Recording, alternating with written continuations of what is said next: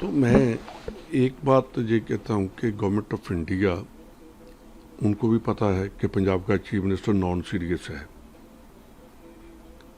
पंजाब के chief minister को कोई लेन देन नहीं है कि क्या पंजाब में हो रहा है क्या नहीं हो रहा है। देखिए 3 महीने में ये सेकंड अटैम्प्ट हुई है और अभी तक पहले केस का भी नहीं पता चला कि क्या कहाँ से है, आईडी के कहाँ गई, कैसे गई। और जो कल का रात का इंसिडेंट हुआ है तो ये तो ऊपर वाला भगवान ही बचा गया कि वो इंसिडेंट से पहले ही चल गया। अगर वो आईडी वहाँ लगा दी जाती तो ये सबसे जो बिजी रूट है वो यही है अमृतसर को, तो पता नहीं कितनी जानें चली जाती। तो मैं एक बात ये कहता हूँ कि गवर्नमेंट ऑफ इंडिया उनको भी पता है कि पंजाब का चीफ मिनिस्टर नॉन सीरियस है। पंजाब के चीफ मिनिस्टर को कोई लेन देन नहीं है कि क्या पंजाब में हो रहा है क्या नहीं हो रहा है। जैसे वो भाषण देते हैं, चाहे मीटिंग्स करते हैं, जो कंडक्ट करते हैं कि कैसे जेलों से गैंगस्टरों की इंटरव्यूज़ हो रही हैं, कैसे उनके ऑफिसर गैंगस्टरों की इंटरव्यूज़ करवा रहे थे, कैसे आज पंजाब में गैंगस्टरों ने सर उठाया है। ये अकेले पंजाब की बात नहीं है, ये पंजाब की सिक्योरिटी की बात नहीं है, ये नेशनल सिक्योरिटी को थ्रेट है। और पाकिस्तान के साथ हमारा बॉर्डर है, पाकिस्तान हर कोशिश करेगा पंजाब को डिस्टेबलाइज करने की। पंजाब होगा तो देश भी हिलेगा। तो मैंने होम मिनिस्टर साहब को 1-2 बार कहा भी है कि आप सीरियस आपको होना चाहिए। बॉर्डर 50 किलोमीटर तक आपके पास है और आगे आपको पता ही है कि जो चीफ मिनिस्टर जैसे कंडक्ट कर रहा है। एक और बात तो बहुत मेरी समझ में नहीं आ रही कि जो पंजाब के डीजीपी हैं, इनकी इंटेग्रिटी वाइज मैं इसको अच्छा आदमी समझता हूँ। हमारे गुरदासपुर में एसएसपी भी रहे, बहुत अच्छा काम किया बहुत पहले 97 में। पता नहीं डीजीपी की स्पाइन को क्या हो गया, जहाँ तो केजरीवाल एंड कंपनी ने डरा लिया है।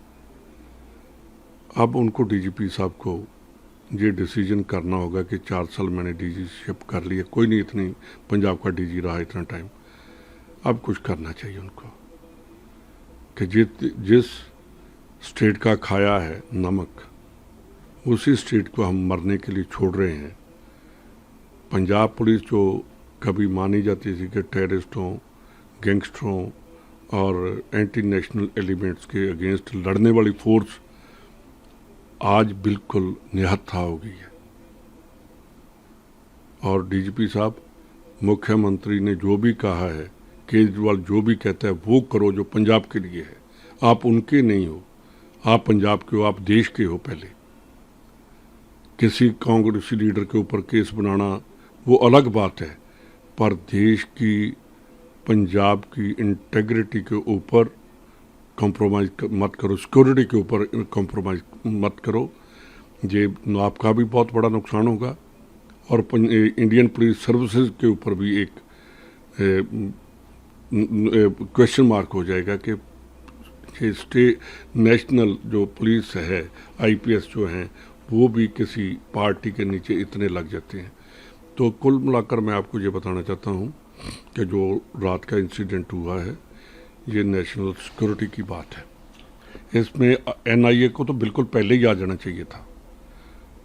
जो पिछला हुआ है वो भी, जो पीछे बम ब्लास्ट हुए हैं पुलिस स्टेशनों पर उनका भी, और जो डकैती हुई थी, रॉबरी हुई थी गुरदासपुर, उसका सभी का लिंक देखना चाहिए कि कहाँ से चल रहा है। और गवर्नमेंट ऑफ इंडिया को ये भी चाहिए कि आपकी जेलों में, जो इनकी जेल्स हैं, बीजेपी रूल्ड जेल्स हैं, उनमें गैंगस्टर बैठे हुए हैं, उनके 24/7 में आपको नंबर देता हूँ, अभी आप नंबर करना, एक नामी गैंगस्टर आपका सीधा टेलीफोन उठाएगा।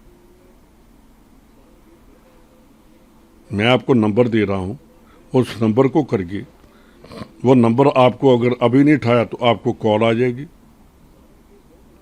पंजाब पुलिस को भी मैंने दिया, डीजीपी साहब को भी दिया, वो नंबर बंद नहीं हुआ। एनसीबी को भी जो चीफ हैं गवर्नमेंट ऑफ इंडिया के, उनको भी मैंने नंबर भेजा, उसका नंबर बंद नहीं हुआ। तो जो गवर्नमेंट ऑफ इंडिया भी इससे बच नहीं सकती। पंजाब गवर्नमेंट का तो मैं नाम ही नहीं ले रहा, क्योंकि वो बिल्कुल ही कॉम्प्रोमाइज है गैंगस्टरों के साथ। तो ये गवर्नमेंट ऑफ इंडिया क्या कर रही है? इन्होंने भी छूट दे रखी है गैंगस्टरों को। ये सबसे बड़ी बात, मैं आपका नाम भूल गया हूँ, सिद्धार्थ। हाँ, सिद्धार्थ, सबसे बड़ी बात सिक्योरिटी मिलनी चाहिए। थ्रेट परसेप्शन पर सिक्योरिटी मिलती है। पंजाब में इनको सिक्योरिटी दी, सभी एमपीज को नहीं दी। पंजाब सरकार ने पहले इतनी सिक्योरिटी एक आदमी को दी थी, वो था राघव चड्ढा। दूसरों के पास, जो आम एमपीज के पास सिक्योरिटी होती है, वही रहती है। उन्होंने पार्टी स्विच ओवर किया। यार, रातों रात बिना थ्रेट परसेप्शन के उनको इतनी बड़ी सिक्योरिटी दे देनी। क्या गवर्नमेंट ऑफ इंडिया लोगों को ये कहते हैं कि आप डिफेक्शन करो, हम आपको नहीं भी जरूरत, तो फिर भी आपको ये पैरामिलिट्री फोर्सेस हमारे ट्रैक पर लगनी चाहिए। पैरामिलिट्री फोर्सेस वहाँ बॉर्डर पर होना चाहिए। पैरामिलिट्री फोर्सेस के नाके होने चाहिए 50 किलोमीटर में। ये इनके लिए नहीं, जो बीजेपी ज्वाइन करते हैं उनके लिए पैरामिलिट्री फोर्सेस नहीं है। पैरामिलिट्री फोर्सेस है 50 किलोमीटर के एरिया के लिए, जहाँ इनका एक भी नाका नहीं है। इनको होम मिनिस्टर साहब को भूल गया जो आदिया का हुआ इंसिडेंट गुरदासपुर में, वो ज्वाइंट नाका था। फर्स्ट नाका बीएसएफ का, सेकंड नाका ज्वाइंट होता है बीएसएफ और Punjab police, third Punjab police का। तो वहाँ कहाँ गई नेशनल सिक्योरिटी की फोर्सेस? इनकी सिक्योरिटी के लिए लगा दी गई। यार, क्या बचेगा? कैसे देश बचेगा? क्या आप देश की कहते हो कि हम इंटेग्रिटी वाइज हम बात कर रहे हैं? करो बात। क्या पाकिस्तान के साथ हर रोज आ रहे हैं वहाँ से ड्रोन? किसने रोके हैं अभी तक? क्यों नहीं आपको वहाँ रडार लगे अभी तक? अगर देश की सिक्योरिटी के ऊपर कॉम्प्रोमाइज़ करते हो तो कोई माफ़ नहीं करेगा। सर, मतलब कहने का मकसद आपका ये है कि मजबूर आपकी बात कर सकते, पंजाब के अंदर जो चीज़ें हो रही हैं, दोनों ही सरकारों का ध्यान नहीं है। और अब जब देख रहे हैं पॉलिटिकल इंस्टेबिलिटी भी कहीं ना कहीं पंजाब में दिखाई दे रही है, आपको लगता है? क्योंकि इन सांसदों के जाने के बाद इनका कोई आधार ही नहीं था। चले भी गए, नहीं चले गए, कहाँ चले जाएंगे, कहाँ बैठ जाएंगे, इनका क्या आधार है? ये किसने पैसे लेकर टिकटें दी थी, उन्होंने डरा कर बीजेपी ज्वाइन करा ली।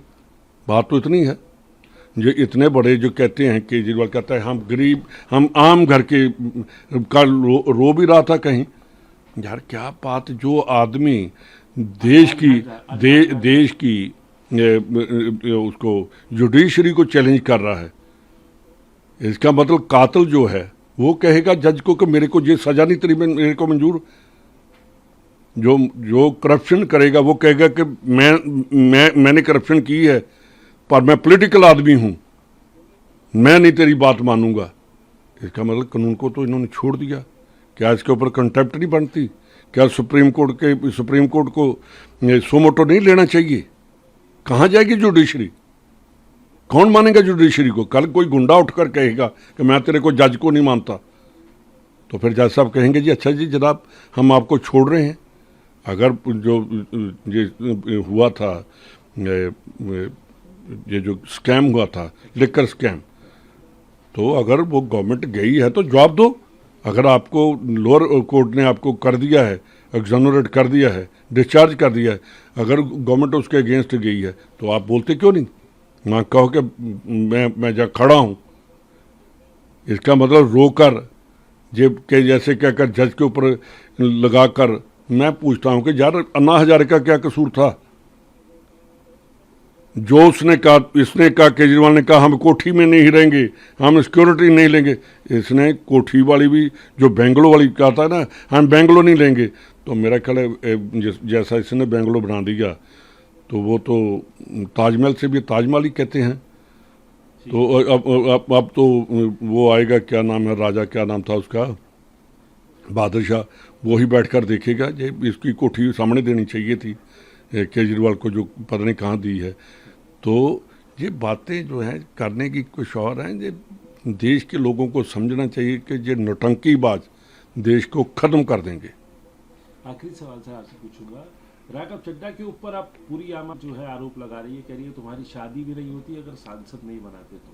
तुम्हारी शादी भी तब हुई है कि जब हमने भगवंत मान चीफ मिनिस्टर ना बनता तो उसकी दूसरी शादी भी नहीं होनी थी। ठीक है उसकी शादी भी पूछ लो। वो तो अभी यंग था, वो ना मिलती कोई और मिल जाती, इतने बड़े घर की ना मिलती छोटी मिल जाती। इसका मतलब हमारी शादी गलत टाइम में हुई।